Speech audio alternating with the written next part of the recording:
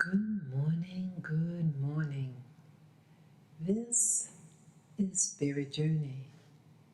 Today is Friday, June 14th, 2019, and it is now 3:22 a.m. in the morning. Yeah, I woke up early this morning. I fell asleep with the monitor going on, playing a video, and I've been up now for a couple of hours. I was watching one of the Bourne series, that movie franchise with Matt Damon. Years ago, I would have thought these type of movies were just garbage, but I'm absolutely fascinated with this new genre.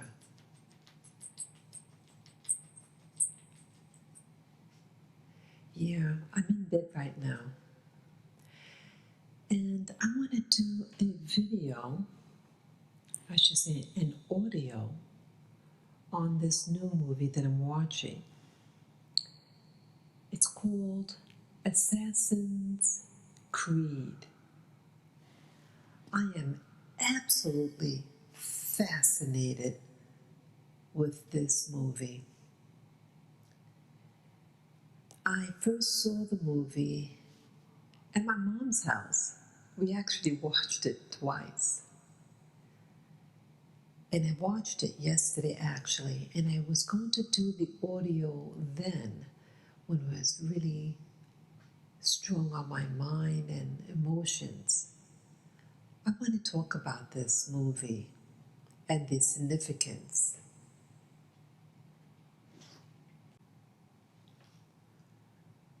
What I find interesting about this movie, well, I love the music.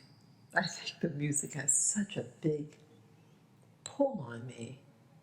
And again, these type of movies, just maybe 3 years ago, even 2.5 years ago, I would have just walked right out on it. I couldn't stand these type of movies. But what this movie basically is about, well, it's about secret societies, the Knights Templar, and they're looking for what they call the Apple of Eden. And in short, these Templars want to find the whereabouts of this. It's actually a device. And again, they call it the Apple of Eden. And it's believed that this component, it's like a round ball. It's metallic. And these energy rays come out of it. And it's believed that this device has the, if examined and utilized, can alter the will of mankind, make them into robots, essentially. So the Templars want to find this device and utilize it to control mankind. But again, this world is about dualities. And so you have another group called the Assassins. And they want to prevent the Templars from getting access to this Apple of Eden, because the Assassins want humanity to have free will, and as they said, all is permissible. So these two factions are at odds with each other for centuries. And what was interesting with this movie, now they showed like the historical backdrop in the 1492, And again, 1492, that's with Columbus coming to the Americas. But it all ties in. And so these factions are, the assassins made an oath. And they're like mercenaries. They are fighters, warriors, and they made an oath that they're going to die in order to protect the apple of Eden from getting in the hands of the Knights Templars to use against humanity, because they want free will. But in essence, both of them are basically the same, because the outcome, death, follows. So each group feels justified at killing, one to preserve free will, and the other group to control humanity. And both sides have to kill in order to get their agendas taken care of.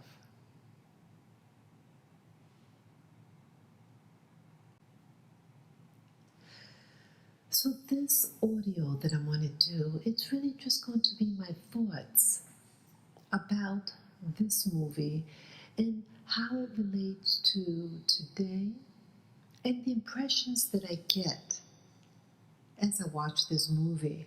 Now I have the movie in the background playing. And so a lot of the movie, I don't remember the details.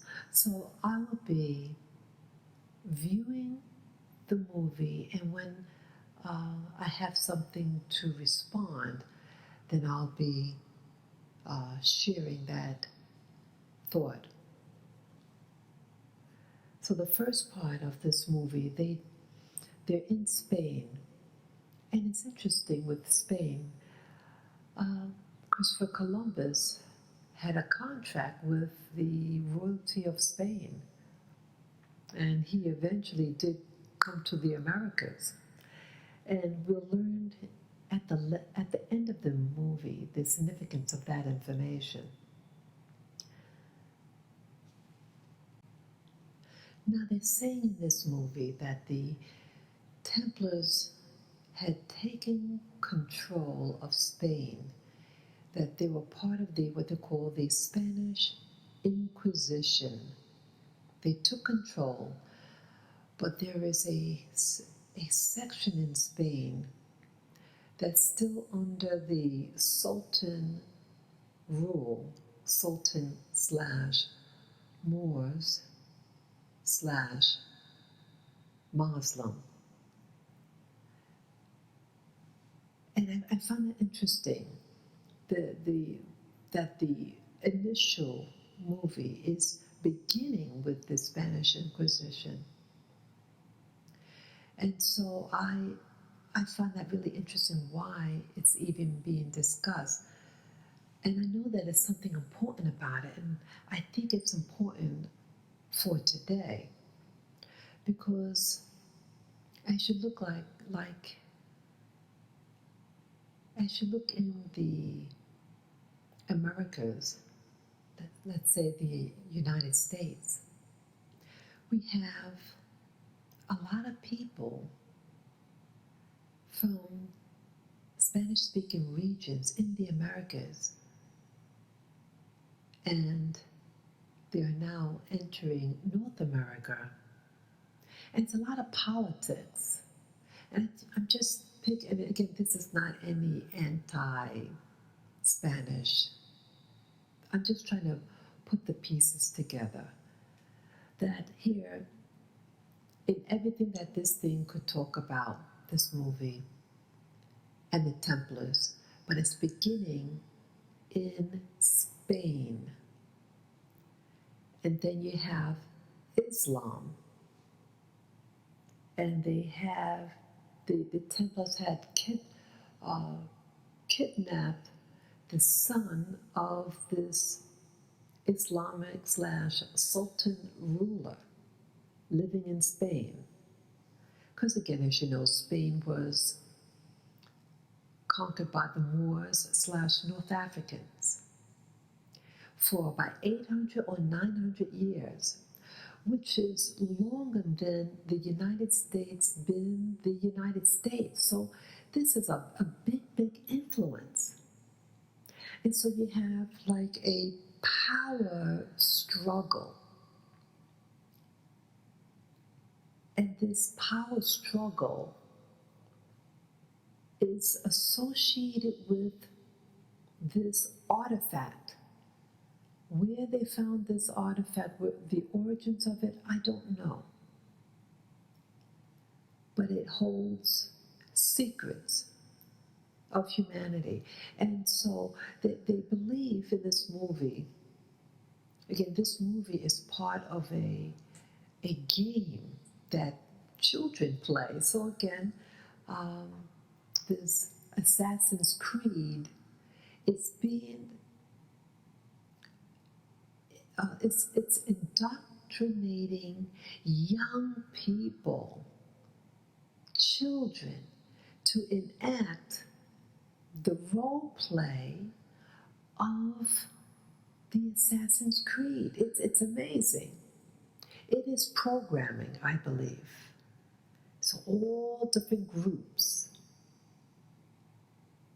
play this game and are being indoctrinated and are being introduced to this concept of this apple of Eden. And if you capture it and find out the secrets of this apple, you can control humanity. And that's the key thing. Who gets hand of it will control all of humanity, regardless of nationality, race, religion, everything. And I find that interesting. Because again, it all ties in also with the Bible. The Bible, in Genesis, you have people. You have an Adam and Eve, and it is believed that the story of Adam and Eve isn't the first for people coming onto this world, but that it is a modification of people already in existence, and then their DNA was tweaked. And once tweaked, they were in control of, they were controlled by the Elohim. And Elohim is plural. Translated into the English version of Genesis, the book of Genesis, the Elohim is translated as God. Okay, singular. But it's a collective. The Elohim is a collective. And this Elohim had the authority over this Adam and Eve. And then a faction, who they call the serpent, deceived the female, had her eat of this fruit. Again, no one knows what fruit it is. But oftentimes in popular culture, they say it's an apple, and in this movie, the Assassin's Creed, called it the apple of Eden.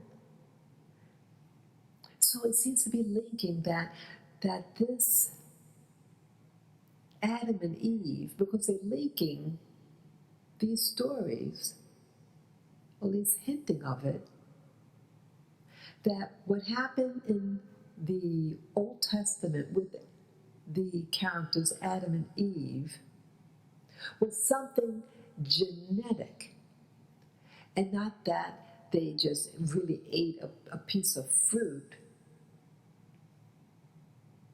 They were tinkered with. It was a genetic modification, like a computer getting a virus in its system and then controlling them, and then the ability to control their progeny. And that's where the power begins. And so, since that time with Adam and Eve, you have factions. It's always one against another. And then sometimes they introduce a trinity. You get two against one. And that's popular that I see in the Bible. And so in the Assassin's Creed, you have two factions. But they're out for the same component, the apple of Eden. And we learn in the movie, the Assassin's Creed, that everything is based on getting this artifact. And anything is permissible between both groups so that both of their wills are established. So that's where the killing comes from. But they want you to believe that one is good and one is bad, but they both are doing, in essence, the same thing. And I find it fascinating that, see, we learn that it's something genetic. Because this component is a small round ball, metallic, and then these energy things come out from it. And so I'm thinking that these, because again, it is said that this material world, human beings, animals, nature, everything that is matter is energy.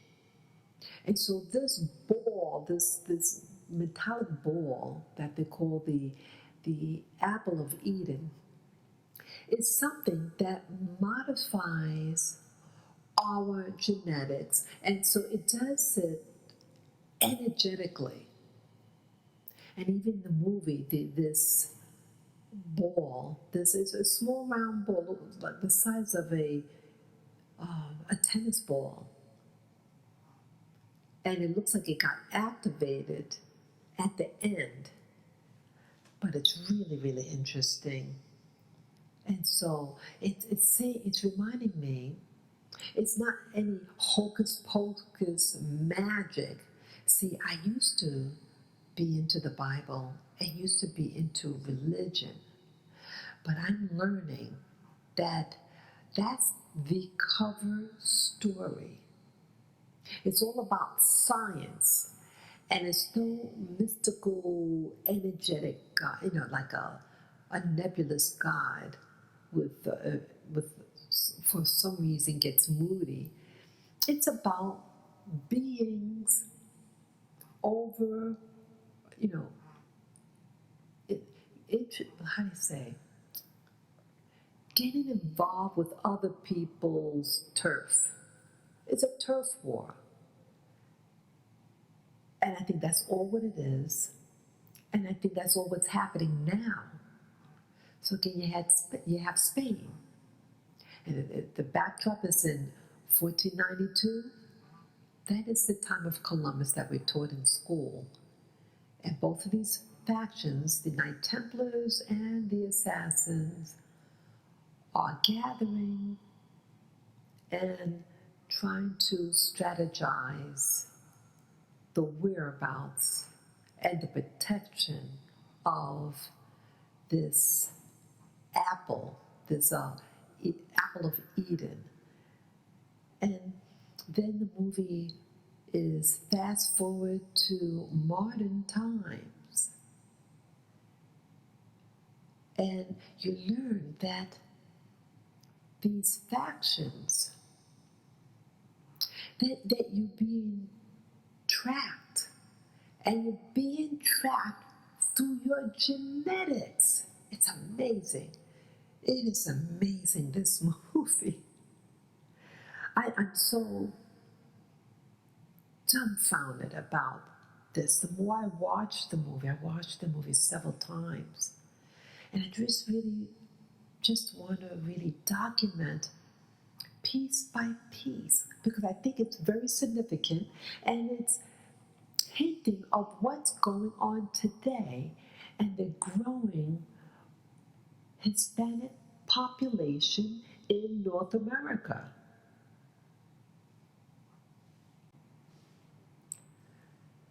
The movie then jumps to the year 1986 in Southern California, Mexico border. You have a family, and there is a murder.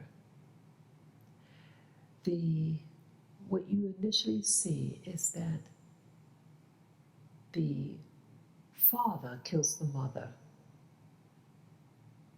and the young son, the son could be like 13 years old, walks in and discovers the dead mother, and then the father is standing nearby, and there's some dialogue. And so you really have to pay attention to the faces of the people because they're going to appear later on. So from this point on, somehow the authorities are summoned, and the father tells, the son is in shock. And the father tells the son, leave and just, hide, just live by your wits. And then fast forward again, this young boy now becomes a man and an adult, and he is in death row, and he is charged with murder, and he's getting the death penalty, and he's killed in prison through this injection, and it stopped his heart, and he dies. But he wakes up. It's a new scene, and you see him lying on some new environment, and he learns that he, in essence, was rescued, that he was, I guess, resuscitated, and that the old system just believes that he died, and somehow he gets taken away by this other group. And you learn that this group is actually a Knights Templar group, but they have an organization, this scientific study going on. And this scientific study is being conducted by a father and daughter. And you notice in this movie, it's always about connections, who's related to who. This is a big aspect of the movie. So initially, I didn't get it, but as the movie progresses and you get more information, what's really going on. And I think what's really going on is about genetics and genetic memory. And this is shared in the story, The Assassins, through what happens to this young boy who turns into a man, who gets on death row, is killed for his punishment, as a punishment, and then his body is taken over, delivered to another facility, and this facility is associated, we learn, by the Knights Templar, who want to capture this apple of Eden And this apple of Eden, as I mentioned, has all these secrets in order to control people. But see, this organization, this medical facility that's run, that's associated with the Knights Templar, the daughter who runs it, along with the father, she's a true scientist at heart.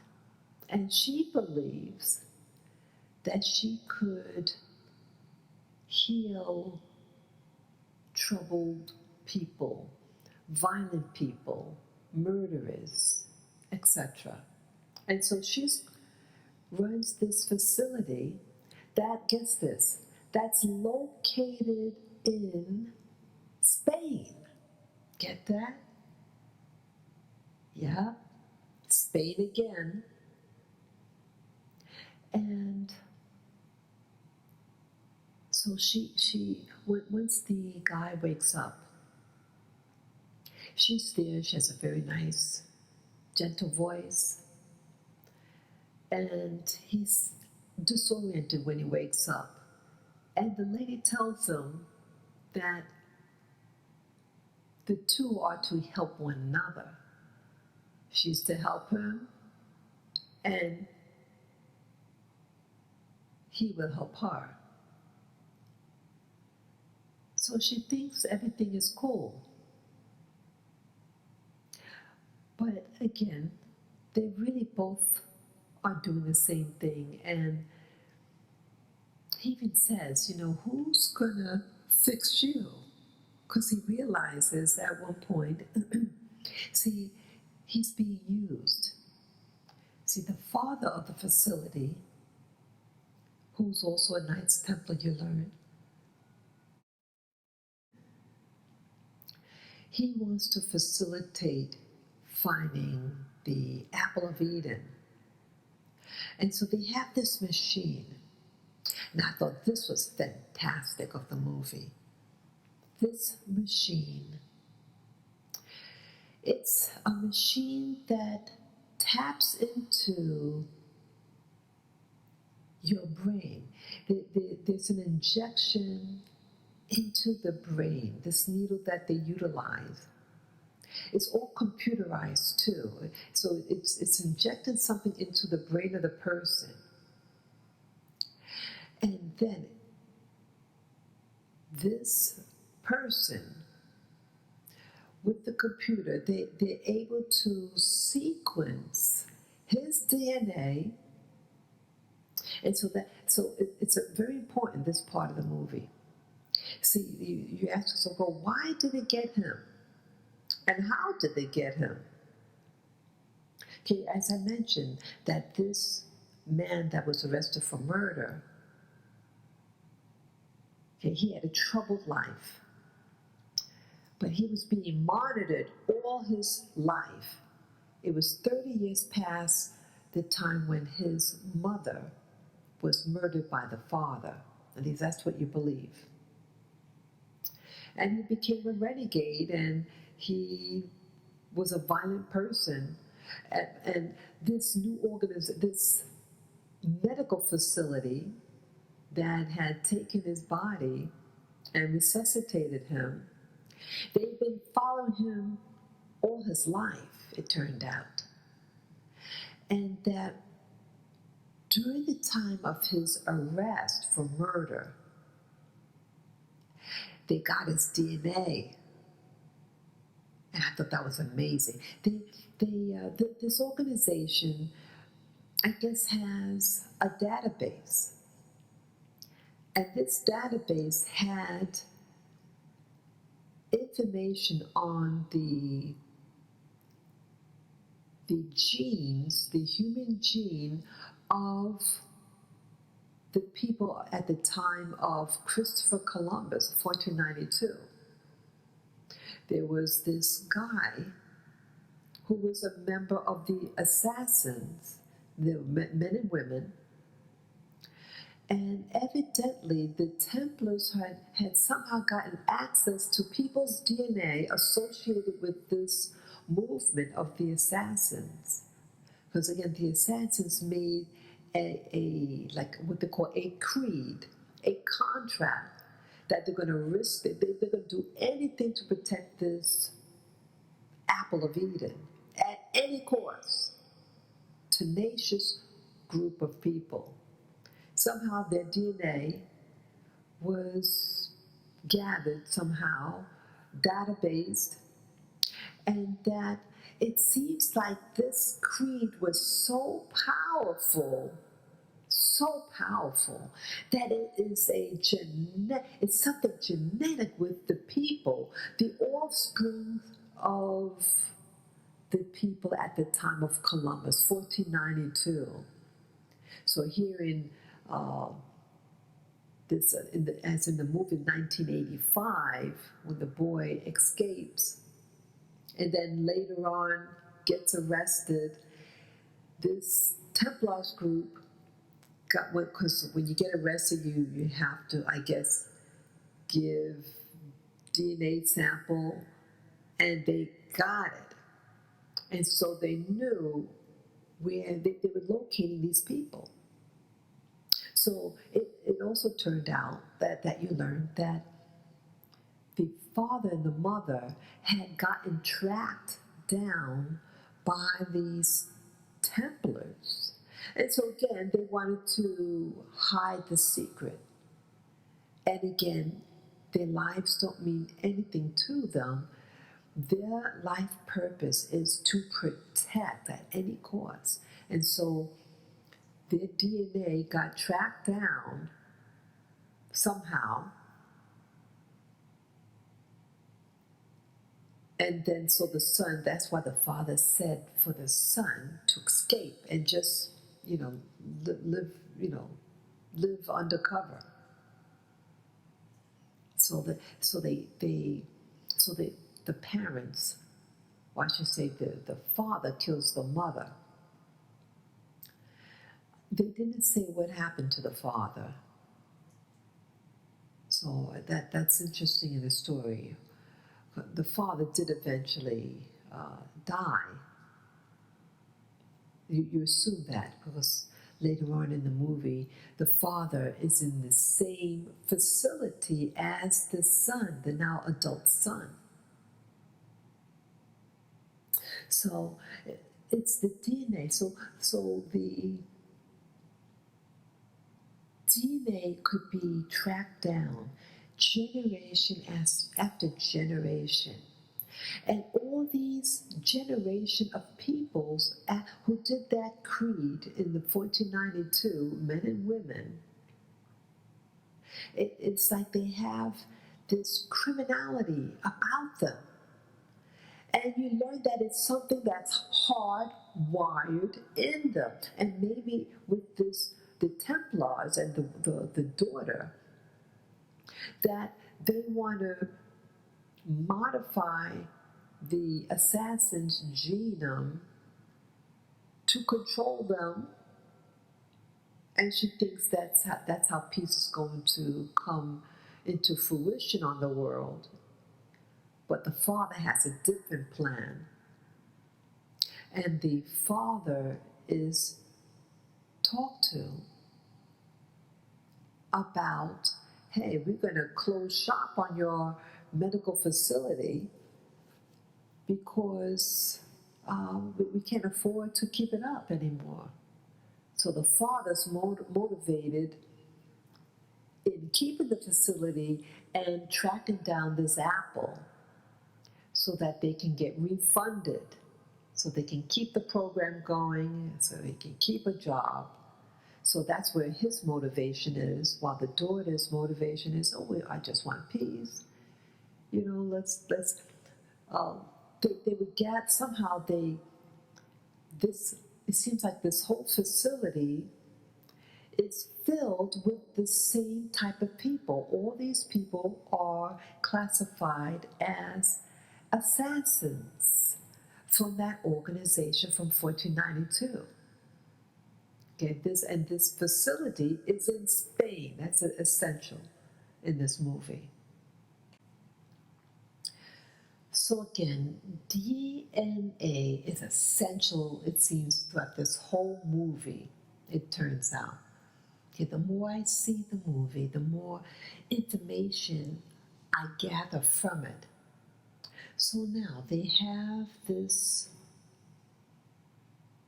boy who's now a man that's in this medical facility in Spain because he has a DNA match to one of the assassins from the time of 1492. So they they have a device from this ancestor. They told me that's one of his ancestors. The person, this assassin from 1492, had a progeny, and they found his burial site. This guy from the 1400s, and they are attaching it to his progeny from the future. And so then there's a link. So there's a modern link and then the link to the past, genetically and energetically. So I think the energy of this, like this device, it's a war device that belonged to his ancestor. And they put it on him. And now he's going to go through this machine. And it's a machine that allows him to see the mind of his ancestor. He cannot interfere. Think of it as a movie camera that's seeing into the past. And the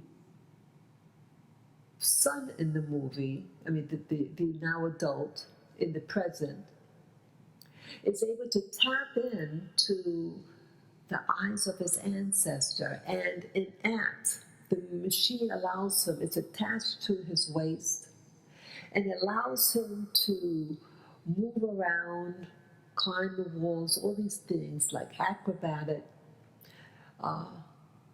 And he's doing what his ancestor is doing. And so remotely, they're able to, the progeny is able to see through the eyes of the ancestor, and that this machine videotapes everything. And then I thought that science was amazing. Absolutely amazing. So they put the machine on, attached the guy to it, and initially there's some pain involved, and the guy starts to really get into it. He becomes one with the machine and one with his ancestor, see the eyes through his ancestor, and he cannot really change anything because it's something that already happened. So I guess you can think of it as a time machine that is remote viewing something from the past. And so they're doing this medical facility is doing this experiment because in actuality, they want to track down this apple of Eden. In a nutshell, that's the whole point of this machine. For the father, the father of this medical facility, that's why he wants him to go, the guy to go into this machine. While the girl just, the daughter just wants him to somehow, the efforts are going to bring about peace. And it seemed like maybe she deceived herself because once she get that ball, what is she going to do with it? So it's questionable what the daughter really thinks she's really going to help him, but she really isn't. And so also it's really interesting that the the guy's first introduction to that machine that allows him to see through the eyes of his ancestor from 1492 is also in Spain. And the scene opens up of a war happening between the factions. The church and the Essenes, they're fighting each other, and they're trying to get this apple of Eden. Okay, now, there's another very interesting part of the movie. Now, he discusses with the daughter of the facility about the terms of his stay there. And again, remember I said earlier that the woman said, "You help me, I help you." And she promises him that once he locates the apple of Eden, he will be given a new life because technically he's dead. And that she won't need him anymore. And that he's free to live somewhere else. At least that's what was conveyed. And then he meets an individual. So you start to learn now about the other people at this facility because they're other prisoners. And he meets this black fellow, and he's telling him that he's been dead now for 200 years. And this black fellow and some of the others are curious about this new guy who's just entered the facility. And the black fellow inquired whether he still has any nobility left in him. So I gather from that conversation that they instinctively know who this man, this ancestor to the person from 1492. So again, it's a strong genetics component that there seems to be an awareness, because again, they never saw him before, this individual. They're curious about who he is. And you're learning now for the first time that this black fellow, he says that he's been dead 200 years. So is this also a life extension program that they could prolong your life? And so everybody there looks about the same age. Very interesting. Yes, as I'm watching this movie as I talk,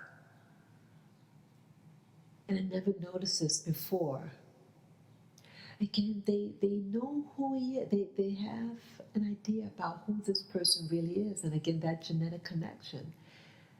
The black fellow says, you're being watched, and you notice that some of the people there are watching him.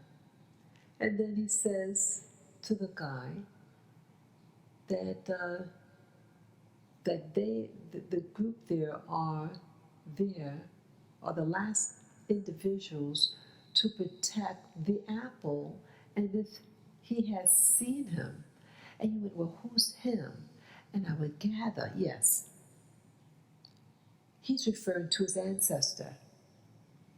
And it turns out that these people there, at least the black guy, he too has to go in that same machine, and whatever information that he has. So again, I would gather then that this black fellow also has an ancestor who's associated with that apple.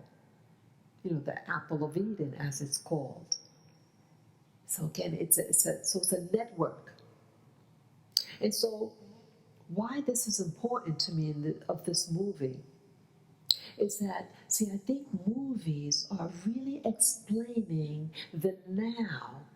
It's about, as I say, connecting the dots, that the things that we see happening now is for a reason.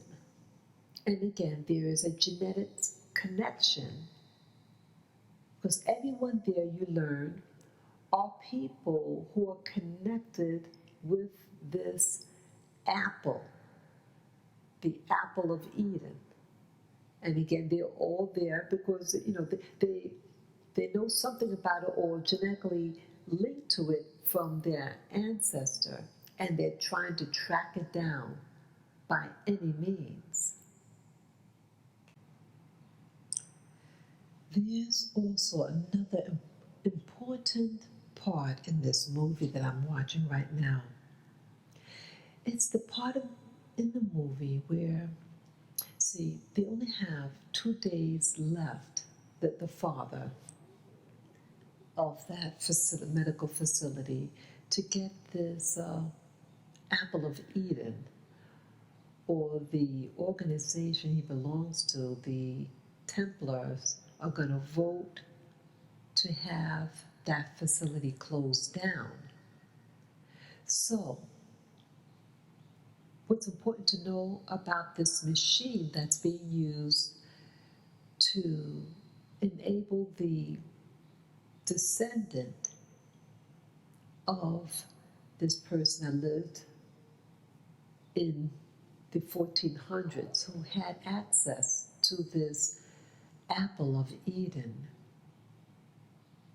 So you have to go into that machine willing, because if you have any resistance, it will cause you mental damage. So the father of that facility, he manipulates the guy. He says, hey, you can't desynchronize from that machine anymore. We need you to find that apple. And he says about, he points to this table, that this device on the table is a knife. He said, well, this is the same knife that your own father used to kill your mother. And he's right here in this facility. So the guy is using psychology. See, any son would, someone murder his mom, he wants to kill the killer. So he wants to motivate the son to give him the passion to want to kill the father and going into the past, back in that machine, and destroy the people associated with that apple. Something like that. Now the father explains to the son, okay, now the son has a knife and he wants to kill the father. The father's speaking to the son in a very soft voice, and he explains to him, he says, you're your mother's son. Your blood is not your own. And he reminds him about this creed, this agreement from the assassins organization back from the 1400s, and explains to him what really went on. He said, yes, I did that to your mom. I did stab her. But, her life also wasn't her own either. They both are in agreement to one another. The father did not want the mother to get taken. Because, see, again, everything's about genetics. And they had the whereabouts of the mother. So I guess maybe through the mother's genes, that he's related to this particular ancestor. Either way, they tracked the mother down, and they were living in the border between Mexico and California. And so they were coming, this organization, this medical organization, also located in Spain. So you didn't realize that those authorities that came to the scene after the mother's death, they were already on their way. And so now you really realize that they were on their way to kidnap the mother and put her in that machine in order to track down this apple. So the father reminds us of, hey, look, they want you to kill me. That's what they want you to do.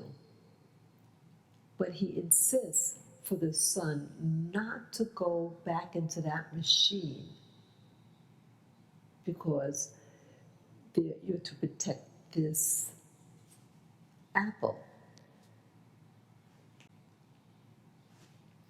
Yes, I really want to re-emphasize that this intense dialogue that's going on between the father and son,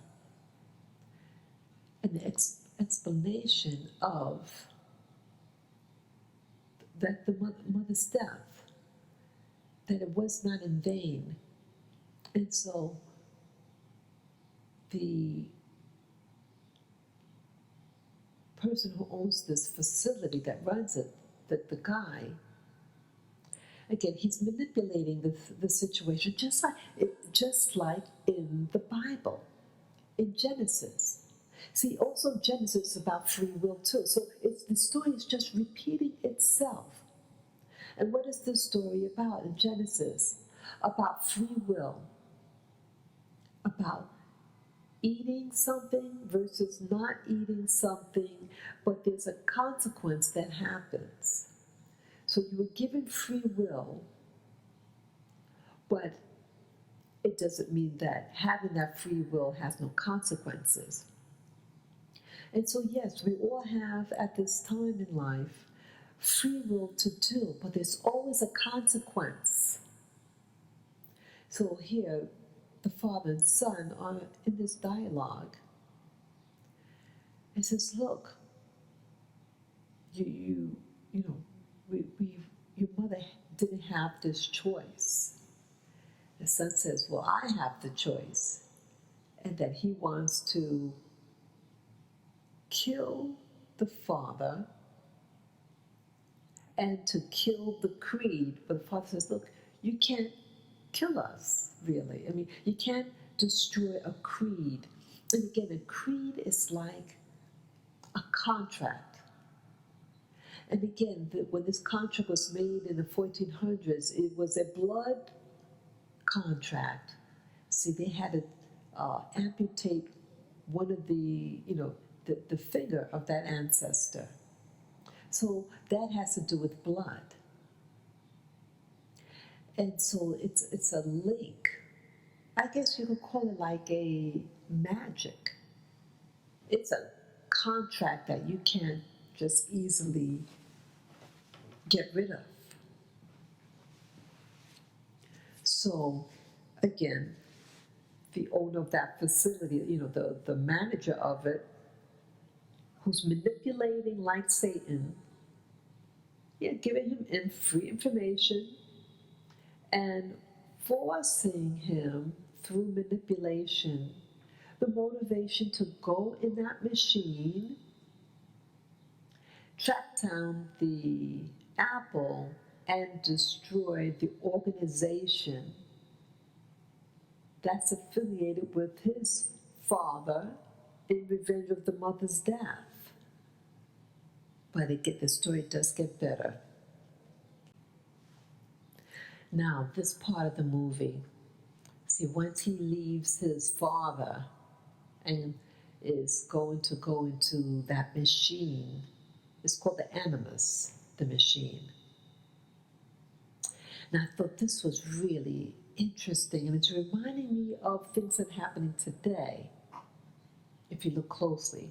Now, in this movie, when he decides, the son decides, go into the Animus because he wants to revenge his mother's death, get the apple and destroy the creed. Well, the inmates of that facility learn of it, and they try to stop him from entering and want to kill him. A fight breaks out, a very violent fight.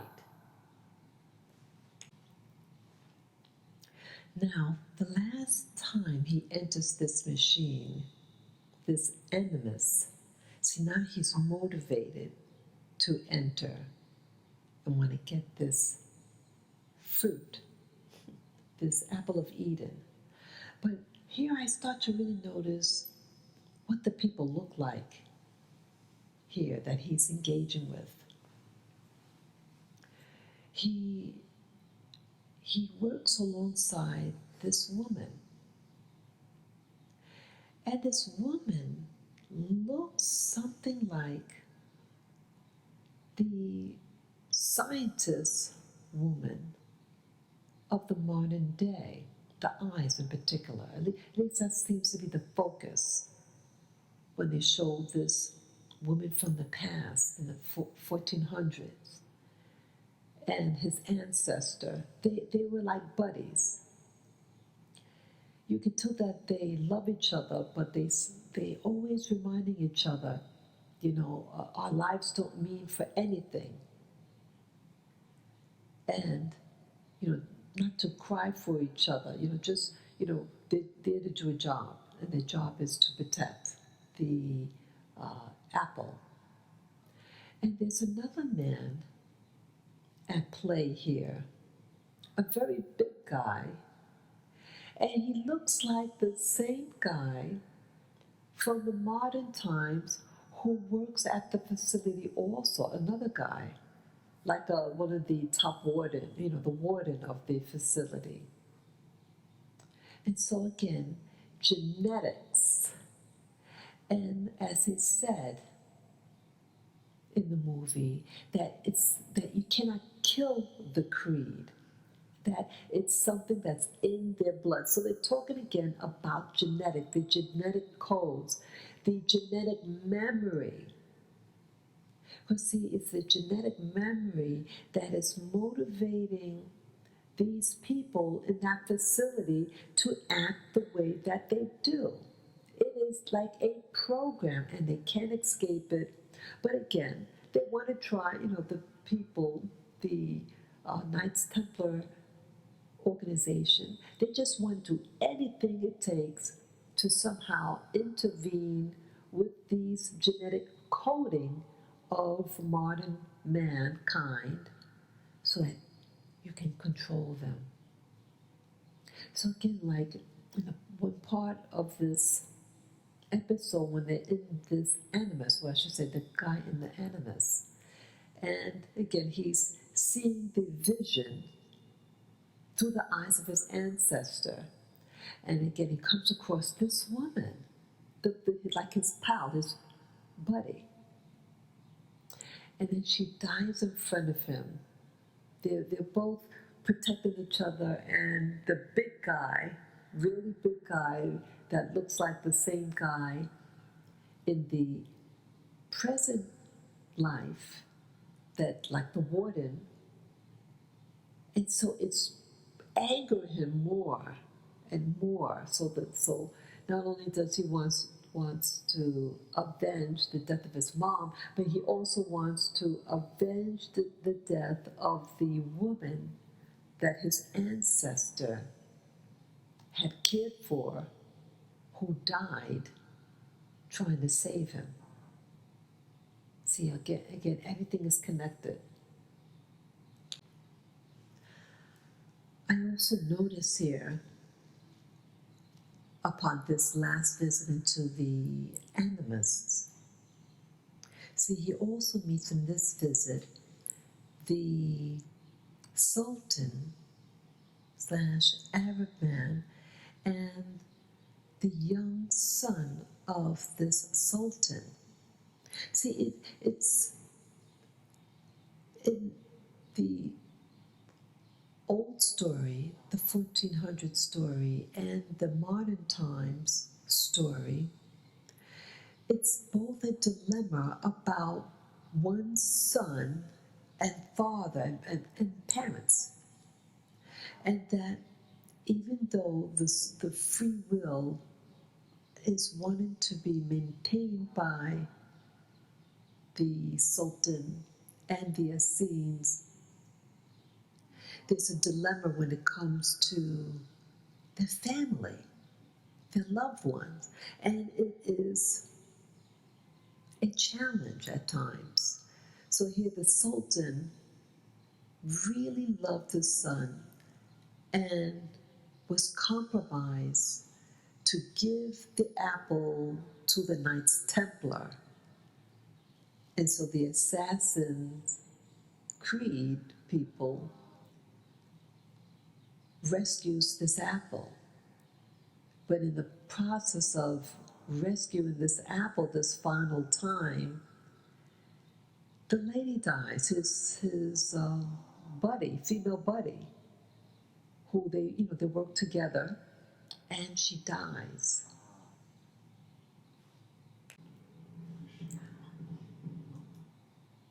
Moreover, see, the movie starts to really pick up the pace here.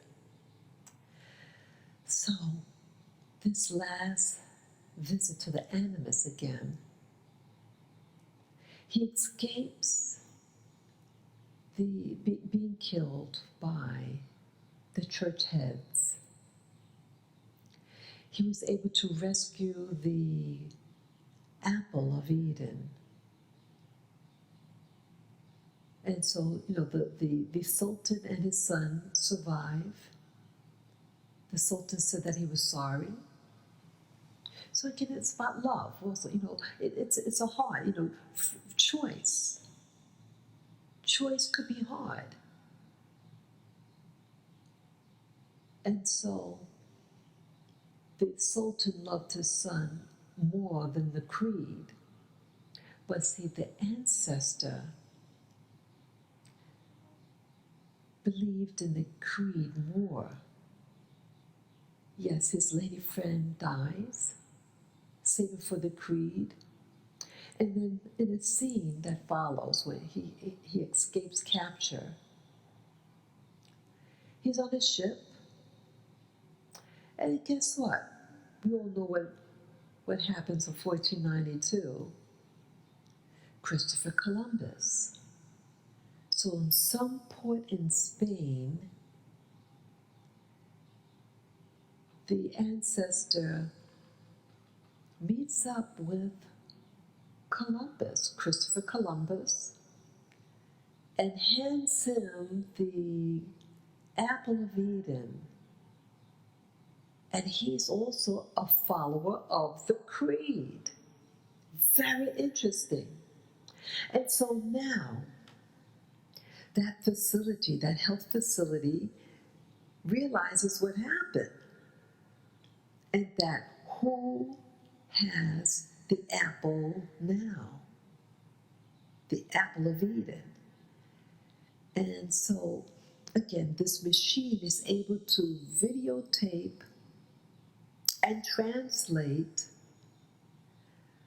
the spoken words, what's being said in this, you can think of it like a hologram. And Columbus says, that he's a follower of the creed and he'll defend it. And then they inquire. Now they're listening to this and they had it translated. And he said, hey, this is Columbus. He says something, some type of phrase.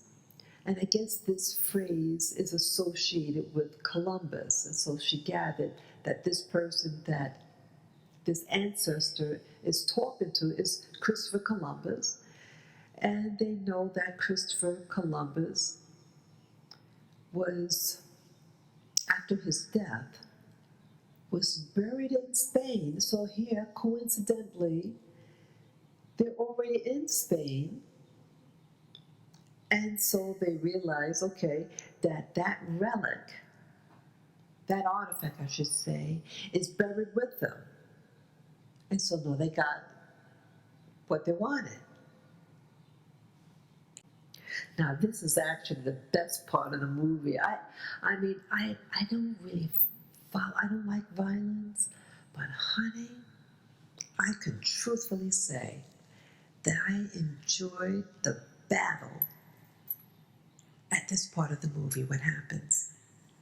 Well, something really metaphysical happens at the point of um, the fellow's last visit in the Animus machine, and you get the dialogue between his ancestor and Christopher Columbus, and then you just see the ancestor, and then he starts verbalizing something.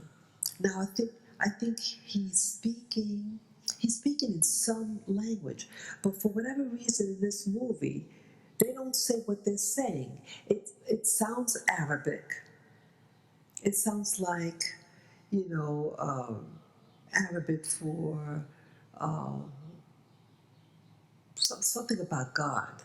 And it's like a chant, and it's just on and on, and the music is fantastic here. It's just building up tension. It's unbelievable. And I think this machine must have some speakers because you could hear, like, I guess an air vent or something. So the machine is on, and it is being recorded, and it probably have speakers so they can hear what the guy is seeing and hearing also. And this activation occurs, and it's almost like a cry. It's like a battle cry. And my interpretation is that it's tapping into that DNA, that code that is inside them. The people of the Assassin's Creed, again, when they said that it can't die, it's in your blood. Well, this episode in the movie really amplifies this reality. And so the cry, this I believe this Arabic being said, is being said over and over again, and mounting, and it activates the inmates, and they go berserk. Wow. I mean, I'm just watching this. I'm just fat. It's just fascinating what I'm seeing now. What's happening now? Okay, now, the dialogue with Columbus and the ancestor, and then the heads of the facility and the daughter. Now they're watching. Now they got the information. They have an idea now where this apple of Eden is located. It's buried with Columbus, Christopher Columbus. And then the people are hearing this chant, and it activates the prisoners who are members of the Assassin's Creed. But moreover, it opens like a portal of communication that's working outside of this machine, it may be. The daughter of the facility that runs the program, she starts to, she hears the chanting, and then you start to see people pop up in like a hologram, an energetic being surrounding the guy. The uh, a future, the descendant. of this ancestor. They all surround him. The members of the club energetically surround them. You can see like their ghost-like figure. You see the face and the light that's shining above their head, so they almost seem godlike or angelic. And they're looking at it. They said, "Well, what is it? Is this what is this? Is this a memory?" No, it's no memory. This was now that this activation somehow, when the sun, the sun went into the animus, and that final part with Christopher Columbus, it's like somehow they got in tune with the present, that there is a breach and a potential violation upon the creed, which awakened them all. Unbelievable. So they come to his aid in the present. So it's like, I guess, ghosts of them surround the ancestor, the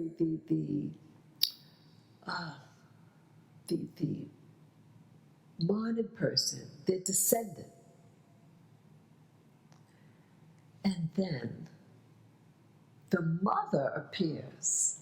Yes, the mother of the boy.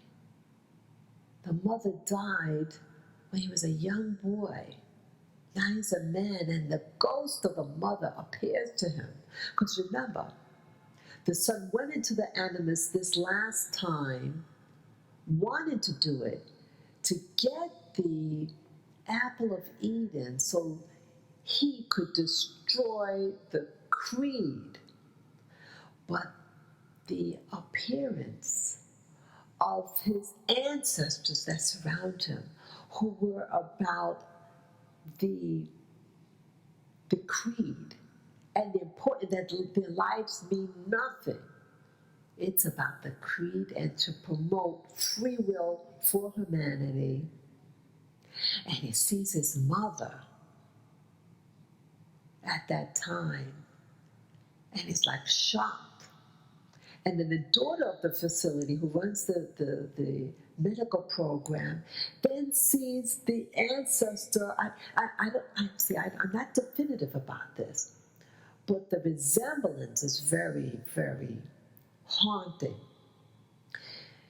The eyes of the female doctor, the scientist, looks into the eyes of the woman that died for the ancestor of the guy, and the eyes are like haunting. And look at the eyes of her look something like the eyes of the female scientist. Now they're looking at each other intensely. It's unbelievable. And I'm wondering whether the two are actually ancestors. This is what I'm pondering and possibly suggesting. Because later on, like the female scientist of modern times has the power to have the guy destroyed, the descendant. Because see, what follows after this episode is that they leave, the father and daughter of the health facility leave together. Right after they see this vision of these ancestors of the creed surrounding the God that's attached to this animus machine. And they leave to retrieve the apple of Eden, to bring it to the Knights Templar that's located in Britain. So here they're in Spain already. They take a helicopter, get the apple of Eden, and then they go to England for this major or the main headquarters of the Knights Templar. Yes, it's really, this is one of the best parts of the movie, boy. And why it appeals to me? Well, it's about purpose. And yes, I call myself Spirit Journey, my channel name. Purpose is very important. And some people, when they're born, it's like they know their purpose. And others, like myself, it's a journey. It's a journey of discovery to discover what my purpose is. See, purpose drives people forward. And that's what this part of the movie is all about, moving forward. And it's about awareness, tapping into the now of your purpose and to move you forward and to create a fruition, a materialization of your life's purpose. And again, your life's purpose is a journey. It's like you may think that what you might have done 30 years ago really was irrelevant, a waste of time. But no, every little drop. See, some things of purpose you may not be conscious of. And as in this movie, at this part of the movie, when the ancestors surround him like in a ghost figure, because again, the son was ready to hand over the creed or the importance of the apple of Eden and to hand it over to his enemy. But he learned something. He learns it quickly at this point. Yeah. Now in this encircling of his ancestors, he meets his mother, as I was saying. And his mother reminds him of who he is, because again, he was going to go renegade. But then he sees a visitation of his deceased mother of 30 years ago. And the mother talks to him in like a spiritual way. The mother has like a robe on and a hood. And she has like a bright light over her head, very angelic. And she tells him and reminds him about the creed, and it encourages him. Like she says a phrase and then he completes it with the other phrase. And then he says, we're to protect the creed. So he comes to his senses by the ghost of his mom. And then also what follows here, he gets a visitation from his father. Now, yes, his father was alive. He had that dialogue with his father in that prison, and how he wanted to kill the father, but he wanted to go back in the animus first. And to get the apple of Eden and destroy the creed, and in essence destroying his lineage and his purpose. But then pops up here also, but the father dies in the melee. See, there's a fight, an intense fight of all the prisoners there, and I gather that these prisoners are all associated with the creed, the Assassin's Creed, and that call that was coming out from that machine, because it must have had loudspeakers on, and so you can hear what's being said, and the ancestor giving the Arabic cry, which seems to activate all of them. And in that melee of the fighting of the prisoners and the wardens, the workers of the facility, they fight. They fight with such tenacity and purpose. And that's what interests me. I'm not so much interested in the violence. I'm interested in the tenacity of belief. And that's what's driving this movie for me. That being someone who's former military and about purpose and but following orders. And again, the orders is not so much a blind order. It's about purpose.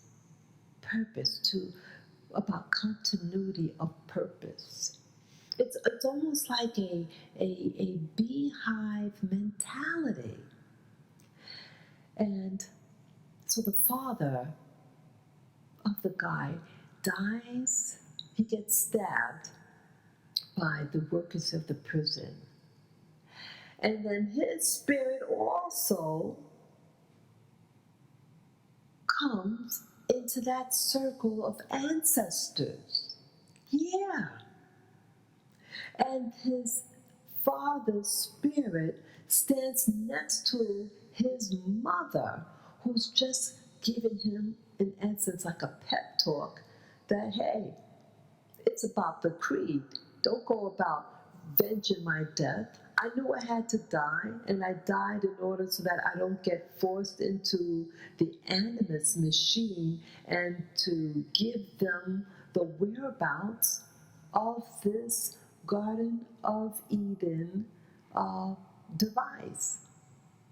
Yeah. The father, and then the father appears. And so now both of them are standing in front of him. So now the father's in spirit with the mother. And then this seems to encourage him. He says, okay. In essence, he said, okay, mom. Okay, dad is now right next to you right now. You two are in unison. You're not in any argument. You're strong in spirit. I'm going to now live for the creed. And yes, he does. Oh, yes, he does. And you know what else that I found interesting about this? Well, in this fighting thing that's happening, see, not all of them survive. But there's two others that survive this melee, this fighting in the prison. It's the black guy, and then they have an Asian woman. The Asian, she's a real tiny, tiny woman. And it's hard for me to really explain. But see, I was in the military, in the Navy, and I had to serve with people who were from East Asia. They're real tiny, and a tenacity about them. They are, I don't know, they just appealed to me. It wasn't that many in the military there then when I served. But it's something about being a woman and a tiny, tiny, tiny 5 foot something, 4 foot something woman, very small frame. And then she had the tenacity, and she was fighting. She was fighting the guys there. She's the only woman, not that thing, but she's the only woman prisoner. Oh no, let me back up.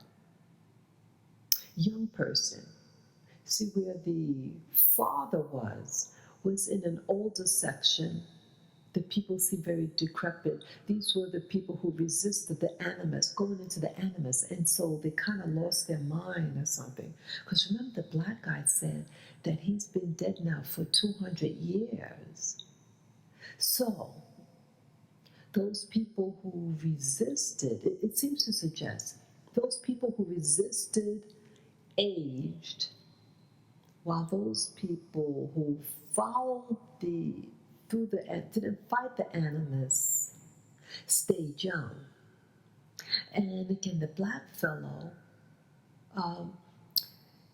when he asked the lady, like he also had to go through the animus. Nowhere in the movie did they show him entering the animus, but he was in one scene being interviewed by the woman, the female scientist.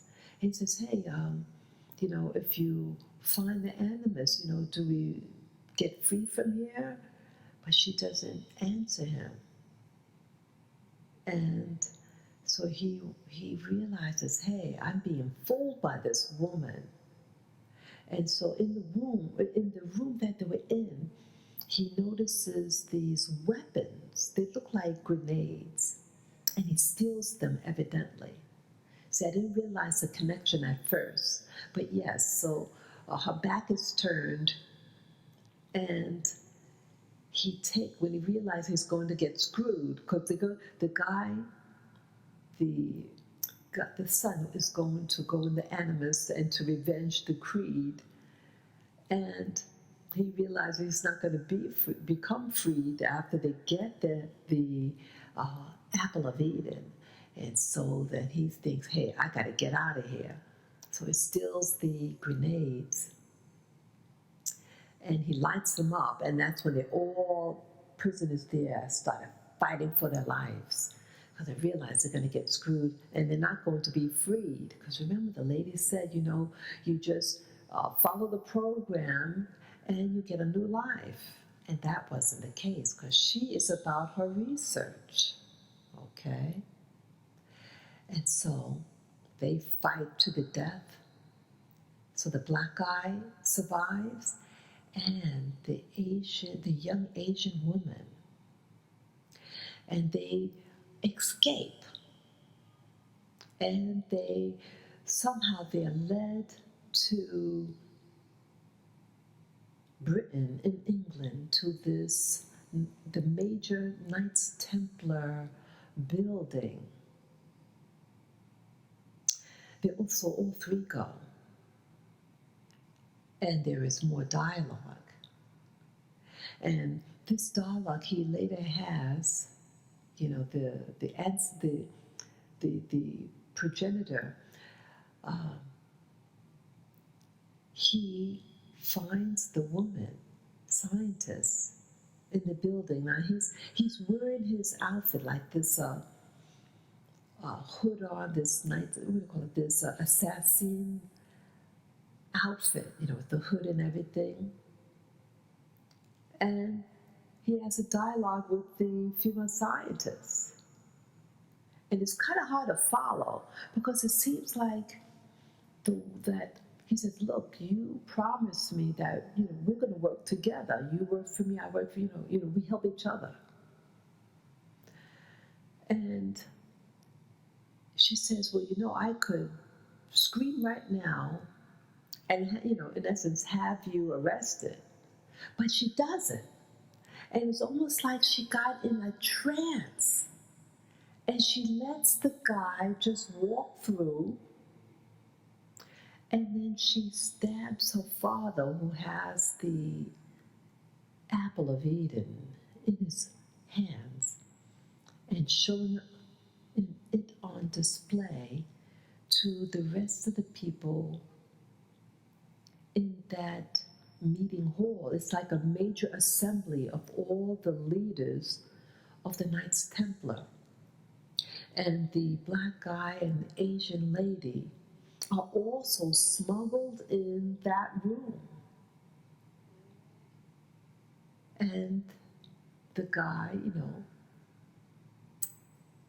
the protagonist of the movie, kills the father of the girl of the health facility and captures that relic, that apple of Eden. And what I found even more exciting, at the end of the movie, they all leave the Templars and they stand like in formation. And I thought what was significant there was the strength that all of them possess, and about genetics. Each of these people had such a strong affinity of the genetic connection that was in their blood with this apple of Eden. They were like a beehive mindset of purpose. And I think that, there's strength in that. And so I respect strength.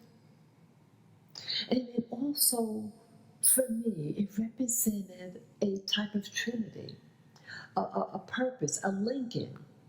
So you have the white guy that might symbolize Europe, the black guy that represents Africa, and the Asian lady that represents Asia, and the power and the unity that these regions of the world are going to have to fight to preserve free will. It was amazing, amazing. But yes, the most amazing part was that fight scene for me. And again, as I said, that I too was in the military, in the Navy. And I had worked with people that remind me of that lady and about purpose.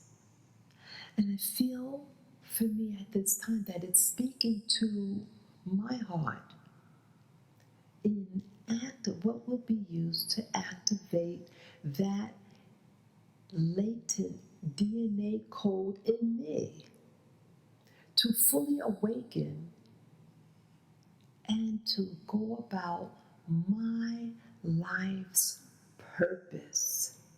Yes.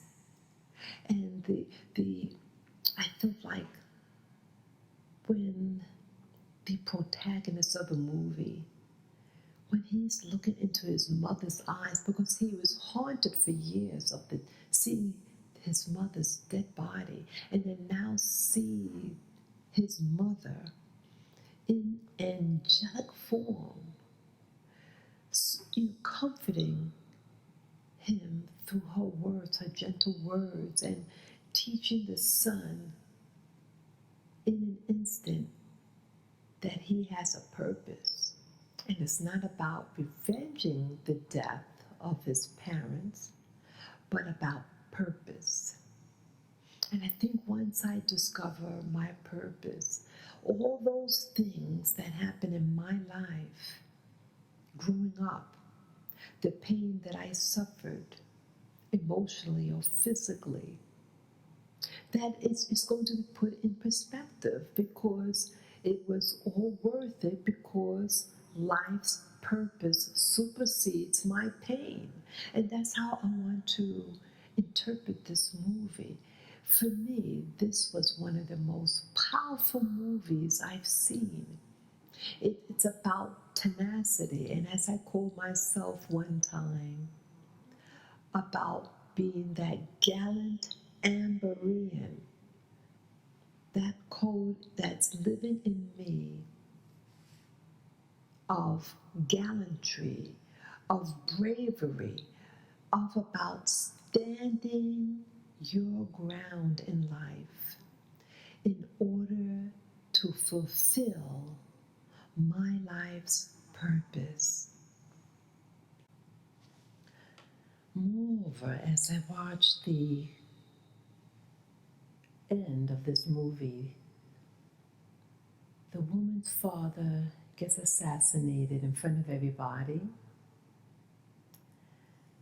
And it's like life repeating itself. So remember, with the mother and the son, and the mother gets killed by the father for a higher purpose. Now, with the father of the daughter dying by the hands of that,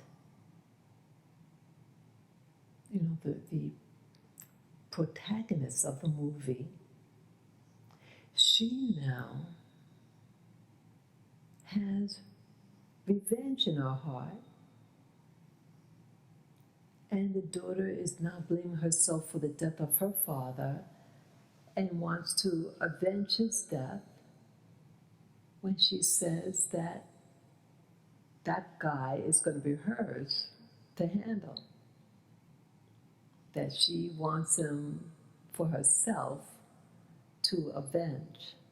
Really interesting. So here, she was the scientist whose life work was about eradicating violence and the like. And now she's saying her concluding words that she's going to avenge her father's death.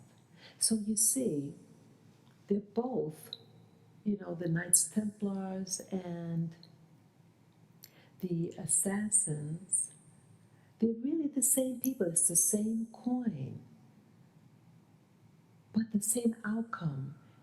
And the outcome is death. But what's different is the perception. They both have different perceptions of the same thing. But it's still it's the same but different.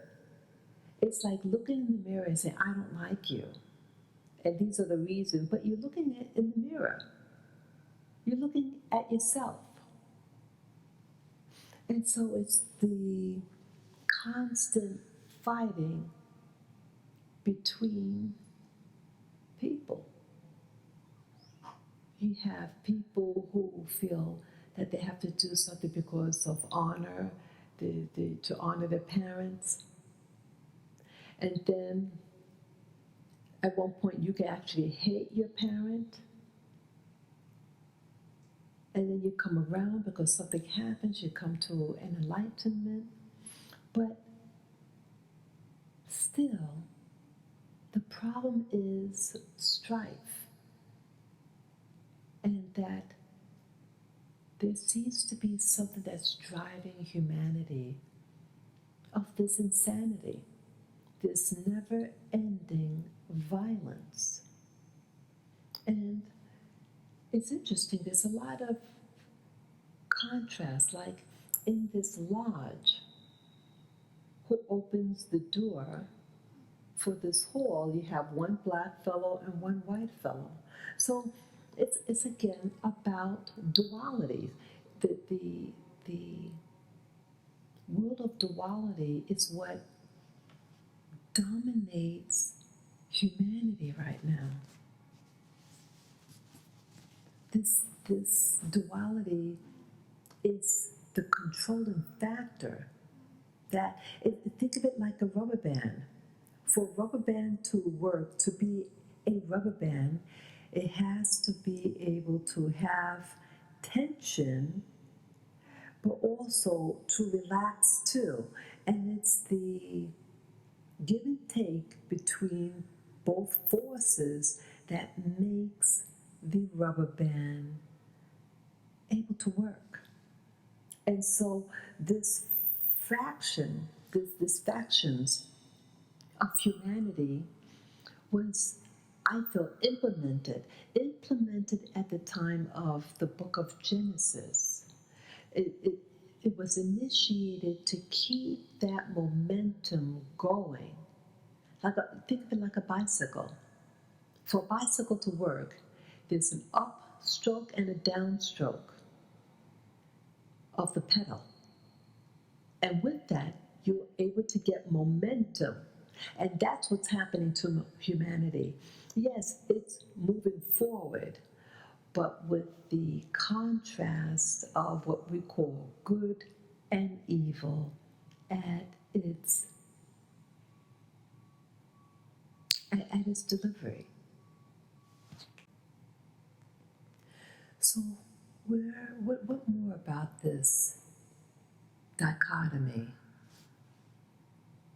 this polarity that's present in the world? Well, again, it's a system that was introduced from the very beginning.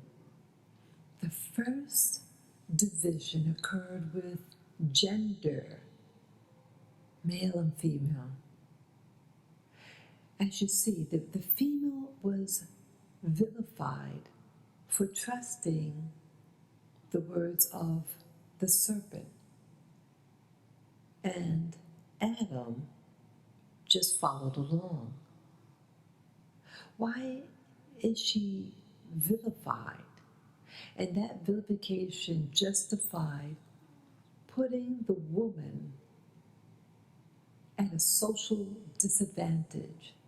She is disenfranchised in history. She was denied the ability to own her own land. She had no rights really when it came to marriage. She oftentimes was married off, usually to a much older man. She was abused, not allowed autonomy of, social mobility to move about on her own. All these restrictions. Also, the same Bible introduced, at least justified about race, what they call the race of Europe, the race of Asia, and the race of Africa, because of a story in the book of Genesis. The excuse of why you have to oppress people from Africa, why it's bondage, holding down. It's that same thing. So it seems like the Bible or these scriptures are justifying the control of people over groups, even the gender, between male and female. There's a war between men and women. And again, there's a war on race, nationality. It's just very prevalent. And I ask myself, how could we change this? Then also I'm seeing about the United States and its politics now. You have a growing number of people from the Spanish-speaking world of the Americas entering the United States of America. And by watching this movie, The Assassin's Creed, I start to ask myself, what is this significance? Why did it start with Columbus in the movie? Or the time of Columbus, 1492. So I'm thinking that, again, it was Columbus who got to the Americas. He had a fleet, and he made several trips. And if you read his works, Christopher Columbus's diary or ship's log, he talks about an agreement that was made that all his descendants will receive 10% of all the wealth that is produced in the Americas. So isn't this also about what this strife is all about in the Americas? Why the growing number of people coming to North America from these places? Again, this is not an anti-Spanish-speaking region. It is not about that. But I'm trying to put the pieces together. See, just like Columbus in the movie, and all the other people of the Assassin's Creed had a blood code in them that you couldn't separate. And I think that same theme exists today. A tenacity, a hive mind that is directing some of these descendants. Now, those leaders in ancient time of the discovery of the Americas, for the 1400s, I'm sure a lot of the genetics of those people of the past is living inside the genetics of modern day man, the Spanish speaking world of the Americas. Phenotypically, many of them share very common genes. There is a continuity of their language, even though they may be born and raised here. That continuity of many families to continue speaking their language of Spanish. It is so strong, my perception of this unity that this growing community has. I'm thinking about with that cry, that war cry that the movie depicted. What would be, if any, the war cry here in the Americas to activate? See, there's something to it, something to the assassins, the genetics of yesterday, and its relevance today. For the fact that the movie of this kind was made, it wants you to be reminded of something, that there is an importance of creed, and that at some point in time, you will be activated. And I'm thinking these descendants of the people of the Inquisition, of the conquistadors, are waiting to be activated. And so all this thing on, what do you call it, immigration and stuff, is just a part of it. It's not about labor and, things like that. No. I think possibly that there's a higher calling and a fear between the factions, those of the lineage of those people of the Inquisition and those who are not. And it's just a matter of time. And again, also why I say this, that the history of what happened in the English-speaking world of the Americas versus the Spanish-speaking world of the Americas, very different. The people from Spain did not bring wives with them.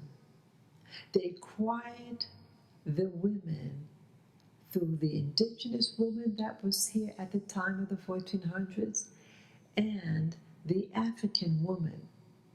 And so when you go in Spain, again, the movie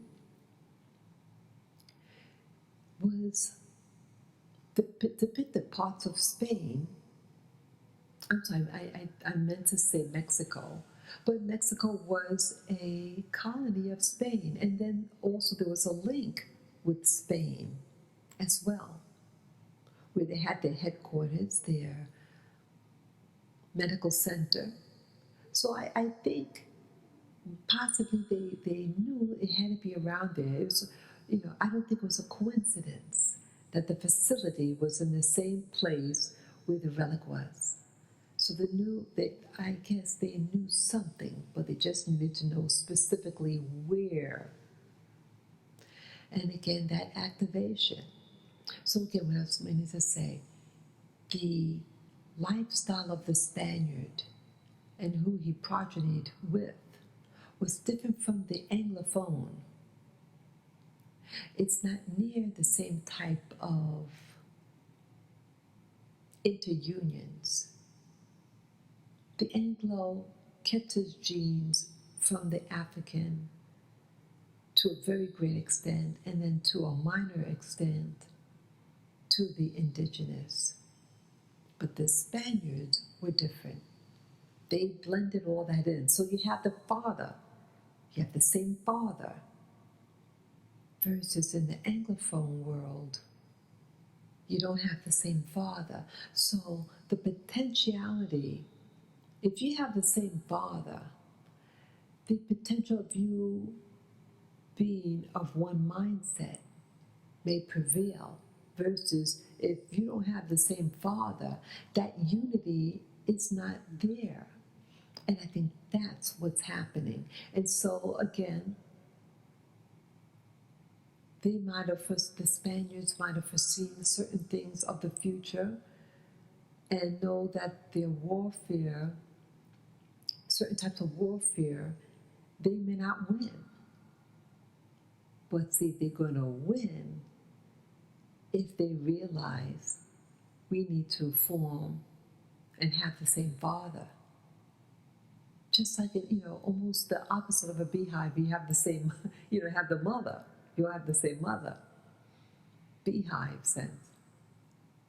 But with people, it's, you want the same father. That central programming. And I find that fascinating. And so I wonder how it's going to manifest. I feel that all these things with what's happened with Trump and immigration, that it's something hidden that is eventually going to be manifested. When or in what form, your guess is as good as mine. But I think it's going to be something. All these things are connected. Furthermore, it has me thinking about now these DNA companies that are now advertising so much.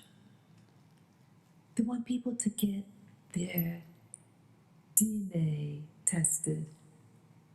So it goes beyond just saying, oh, I'm this race or that race. They want to know specific DNA genetics. So I think there's something to this. And if you look at the commonality of who the scientists are, this is another major thing. Who are the scientists?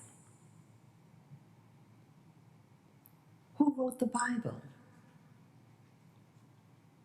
See, there's something at play here. Now again, your DNA could be mixed with many different things.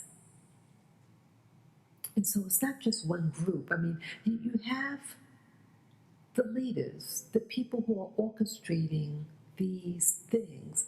And then you have the masses. And the masses could be of any race, nationality, even religion.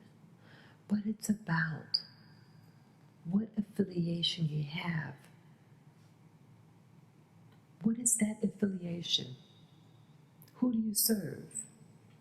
That's the big question. Because see, if you go against the group, even though let's say you're of the same nationality or race, if you don't fit the program, you're booted out. You are recycled. And I find that fascinating. Quite fascinating.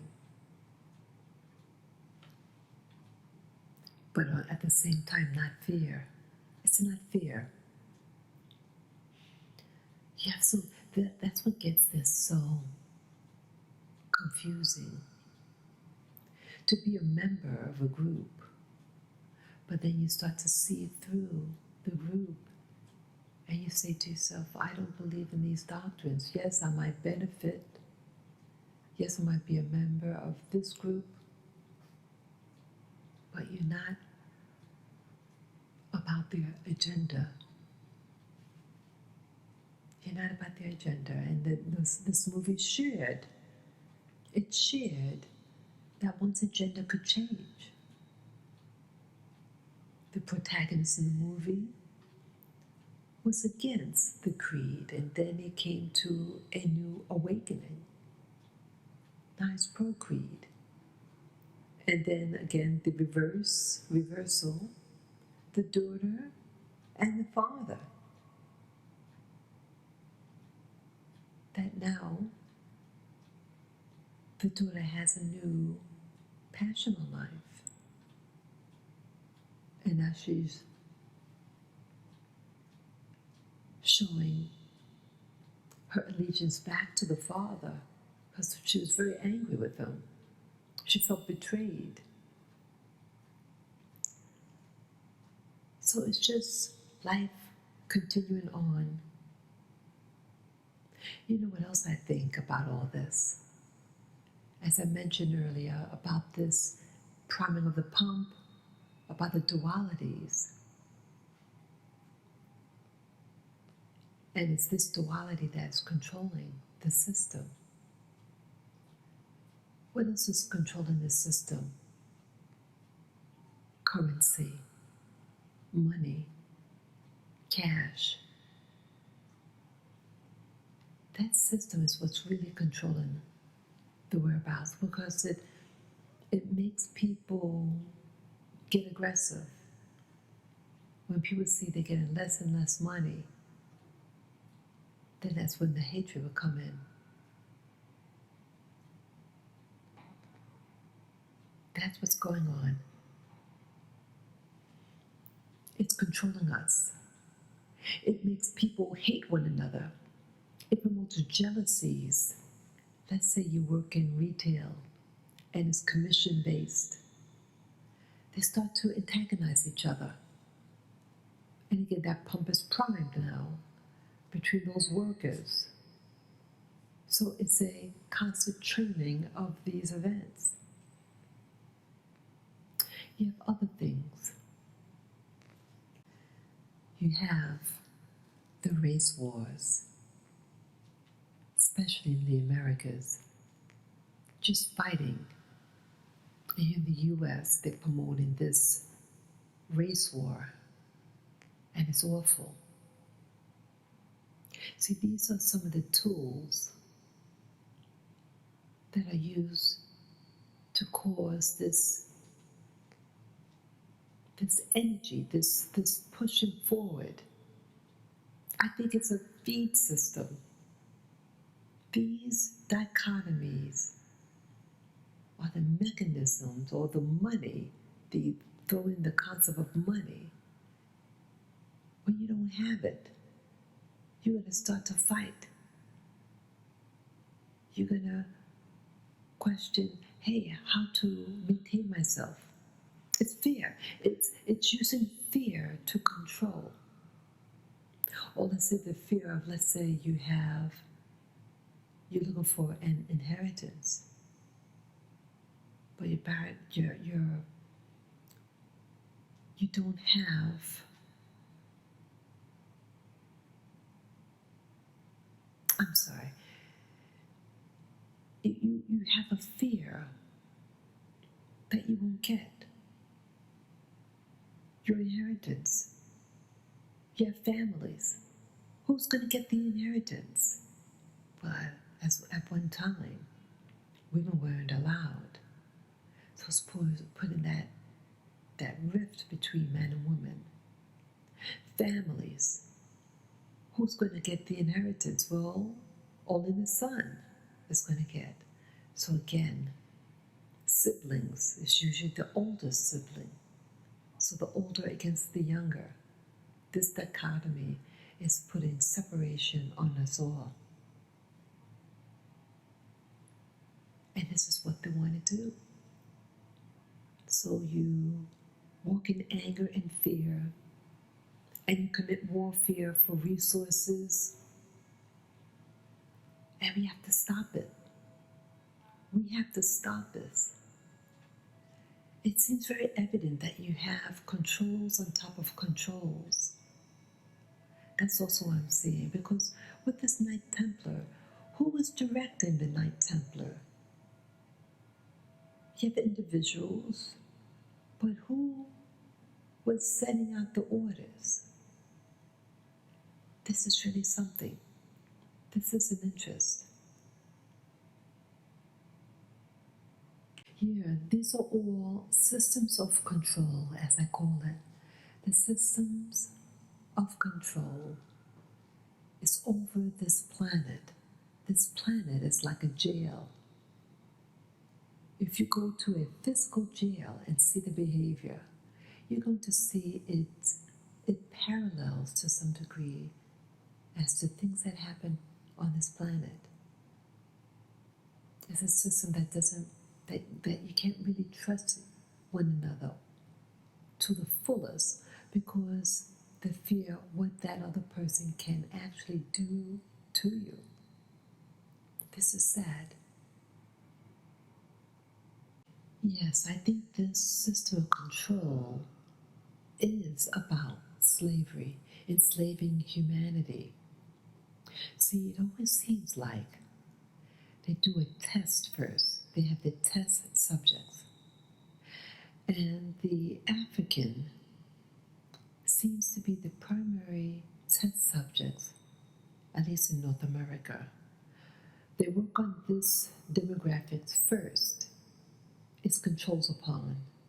And then they eventually execute those controls over the blacks, over others. This is what they want to do. Control others, control the planet. But initially they lie to you and say that it's really just about A, B, and C. But then you're D and F. And it's that group, that demographics, D, E, F, who they want to exploit. These higher ups of the hierarchy of this planet, where are their headquarters? Who are they? I'm hearing over the internet that these beings from other worlds, that they are living amongst us and that they can acquire our shape and form. This is really interesting. How do we overcome them? How are we able to identify who they are? And some time ago, there was a movie. The movie is entitled They Live. Remember that movie? The movie took place, the movie was made in the 1980s. And it was a depiction of a time that was in the near future of that day. And they learned that their planet was being taken over by outsiders. And that they were able to blend in with the major, the regular population. And what was keeping us from identifying them was that this broadcast was being sent out, a signal. And when that signal is on, it camouflages the true appearance of what they look like. And so, because this frequency is being modified elsewhere and being controlled by the outsiders, they were able to keep cover. Movies like this is really, I think, to bring humanity to awareness. Just like this movie, the Assassin's Creed, it's about bringing to awareness about your role in your belief system, your paradigm, and just continue to exist under that new, that life. So this is something. You have a whole system that is overseeing, having husband and wife, neighbor against neighbor, sibling against sibling, black against white, white against black. You have all these organizations, and I think there's who's controlling the system, a foreign group that's overseeing, controlling. And the Bible, I think, is just giving an account of an earlier story of the hybridization. It is the hybrids that are controlling the system here, a certain type of hybrid. And it is controlling what you do and how you perceive and the outcome.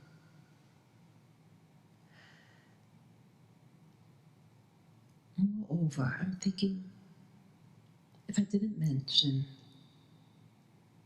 the people from the other parts of the Americas, there seems to be a stirring up. Again, you have someone outside us doing this agitation, and that one day, this activation and this beehive mentality is going to come to fruition. But at the same time, I commend those people who become hive mind because they work for a purpose, whether they know what that purpose is. And it's something that they're willing to die for. It just puts a different spin on it for me. A different spin rather than fearing them. To embrace that tenacity, even to learn their language. Learning a language really does make a bridge of communication. And maybe that's my solution for this lifestyle, this current life that I'm living now. The higher powers at large. I do not understand this whole system, but it's something deep, many hierarchies, and many people that are given privileges of secrecy, but it is hidden for the masses.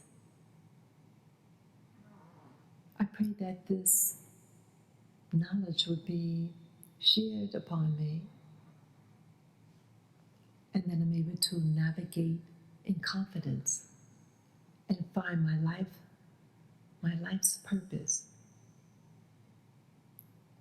And may this purpose be found in other people.